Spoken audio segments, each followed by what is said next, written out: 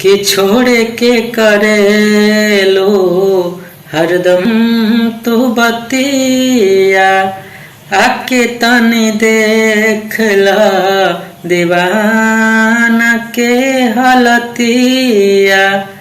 कि छोड़े के करे लो हरदम तू बतिया, आके तनी देखला दीवाना के हालतिया।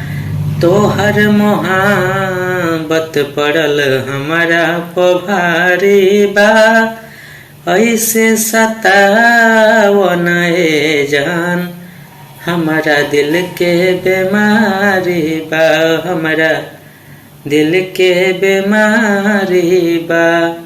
ऐसे तड़पावन ए जान हमारा दिल के बीमारी बा, हमारा दिल के बीमारी बा।